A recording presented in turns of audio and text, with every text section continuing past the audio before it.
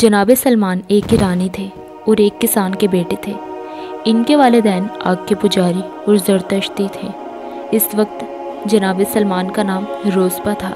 والدین انہیں بے پناہ چاہتے تھے، اپنے دینی عقائد انہیں سکھلاتے تھے اور انہیں کسی سے ملنے نہیں دیتے تھے۔ ایک دن باپ کے حکم سے کھیتی کے کام سے دور جا رہے تھے۔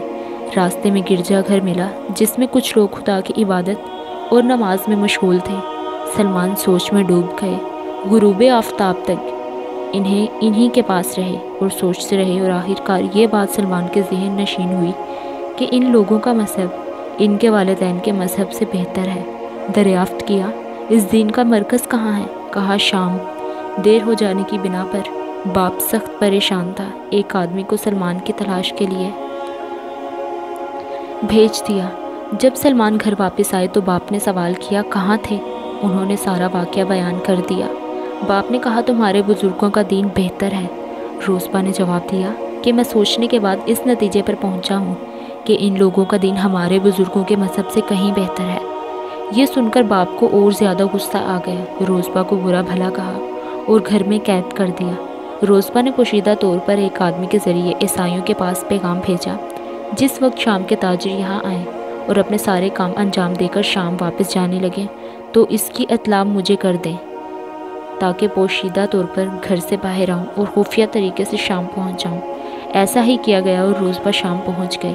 وہاں انہوں نے ایک بزرگ عیسائی عالم دین کی بارگاہ میں حاضری دی اور اس سے یہ درخواست کی کہ وہ انہیں اپنی خدمت گزاری کے لیے رکھ لیں تاکہ اس سے علم حاصل کر لیں اور خدا کی عبادت کریں۔ اس عالم نے روزبہ کی یہ درخواست قبول کر لی۔ جب اس عالم کا انتقال ہو گیا تو روزبہ نے اسی عالم کے مشورے کے مطابق دوسرے جدید علماء کے پاس حاضری دی اور ان سے قسم فیض حاصل کیا۔ اس سلسلے کا آخری عالم جو شام میں اموریہ نامی جگہ پر رہتا تھا، روزبہ نے اس سے مرتے وقت یہ درخواست کی کہ وہ انہیں یہ مشورہ دیں کہ اب کس عالم کی خدمت میں حاضری دوں۔ اس عالم نے کہا، مجھے اس وقت کسی عالم کا علم تو نہیں ہے، لیکن بہت ہی جلد سرزمین عرب پر ایک پیغمبر مابعوث ہوگا اور وہ اپنے وطن سے اس جگہ ہجرت کرے گا جسے کھجور کے درختوں نے اپنے سائے میں لیا ہے، اور یہ سرزمین دور ریگستانوں کے درمیان ہے۔ اس عظیم المرتبہ شخصیت کی بعض خصوصیات یہ ہیں کہ وہ تحفے جو اس کی عزت و احترام کے ساتھ اس کی خدمت میں پیش کیے جائیں گے انہیں وہ قبول کر لے گا، لیکن صدقہ کو ہاتھ نہیں لگائے گا، اور اس کے شانوں کے درمیان مہر رسالت ہے۔ اگر تم وہاں جا سکتے ہو تو چلے جاؤ۔ اس عالم کی وفات کے بعد روزبہ نے ایک تجارتی قافلے سے بات کی جو عرب جا رہا تھا کہ انہیں بھی اپنے ہمراہ عرب لے چلیں۔ ان لوگوں نے روزبہ کی یہ خواہش قبول کر لی، لیکن قافلہ والوں نے راستے میں خیانت کی اور انہیں بنو قریظہ کے ہاتھوں غلام بنا کر فروخت کر دیا۔ یہ یہودی انہیں کام کاج کے سلسلے میں مدینے کی طرف لے گئے۔ روزبہ جیسے ہی وہاں پہنچے، یہ دیکھ کر ان کی خوشی کی انتہا ہی نہ رہی کہ یہ وہی جگہ ہے جس کے بارے میں اس عالم دین نے بیان کیا تھا۔ روزبہ اپنے مالک کے کھجور کے باغ میں صحنی خوشی کام کرتے رہے اور حضرت محمد مصطفیٰ کے حضور کے ظہور کا انتظار کرنے لگے۔ چونکہ چاروں طرف سے سخت پابندیوں میں گھرے ہوئے تھے، لہٰذا زیادہ تلاش و جستجو نہ کر سکے۔ آخرکار انتظار کی گھڑیاں ختم ہوئی۔ شب ہجر آخر کو پہنچی اور صبح و وصال نمودار ہوئی۔ پیغمبر اسلام صلی اللہ علیہ وآلہ وسلم اپنے چند اصحاب کے ہمراہ مدینے سے نزدیکی جگہ تشریف لے گئے۔ روزبہ کو آپ کے آنے کی اطلاع مل گئی۔ اس نے اپنے آپ سے کہا کہ یہ بہترین موقع ہے، میں اپنے در مقدوس کو تلاش کروں اور ان نشانیوں کی جستجو کروں جو اس عالم نے مجھے بتائی تھی۔ غرض یہ کہ جو غذا ان کے پاس تھی اسے لیا اور پیغمبر اسلام کی خدمت میں حاضر ہو گئے۔ تھوڑی سی غذا پیغمبر اسلام کی خدمت میں پیش کی اور کہا، یہ صدقہ ہے اور محتاجوں کے لیے مخصوص ہے۔ آپ کے ساتھیوں میں ضرورت مند لوگوں میں میری تمنا ہے کہ آپ اسے قبول فرما لیں۔ پیغمبر اسلام صلی اللہ علیہ وآلہ وسلم نے وہ غذا اپنے اصحاب کو دے دی۔ روزبہ بہت ہی غور سے دیکھ رہے تھے۔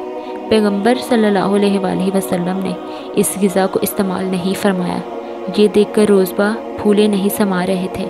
علامت کی تصدیق ہو گئی۔ ایک دوسری غذا جو روزبہ اپنے ہمراہ لائے تھے اسے بھی جلدی جلدی پیغمبر اسلام کی خدمت میں پیش کیا اور عرض کی، یہ میری طرف سے ہدیہ ہے۔ درخواست کرتا ہوں کہ آپ اسے قبول فرما لیں۔ پیغمبر اسلام نے خندہ پیشانی سے اسے قبول فرما لیا اور اسے تناول فرما لیا۔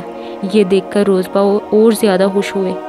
روزبہ پیغمبر اسلام کے گرد گھوم رہے تھے کہ انہیں آخری علامت وہ مہر بھی مل گئی جو شانوں کے درمیان ہے۔ پیغمبر اسلام نے روزبہ کا مطلب سمجھ گئے۔ انہوں نے اپنے دوش مبارک سے لباس ہٹا دیا تاکہ وہ اس مہر کو باقاعدہ دیکھ سکیں۔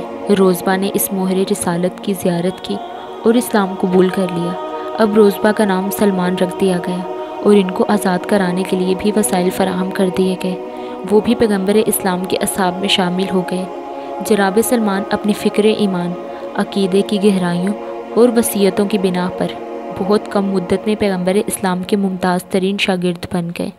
حقیقت کے وہ تمام متلاشی جو اس خشک اور جلتے ہوئے ماحول میں تشنہ کامی اور تنقید گری کی زندگی بسر کر رہے تھے، جو سرچشمہ حیات کو وجود کی تلاش میں سرگرداں تھے، وہ تمام نشانیاں جو انہوں نے اپنی مقدس کتابوں میں پڑھی تھیں یا دوسروں سے سنی تھی، پیغمبر اسلام کی ذات گرامی میں مل گئیں، تو انہوں نے اپنے آپ کو اس سمندر حیات سے منسلک کر دیا اور اسی سرچشمہ زندگی سے اپنی روح اور اپنے قلب و جگر کو جلا بخشی۔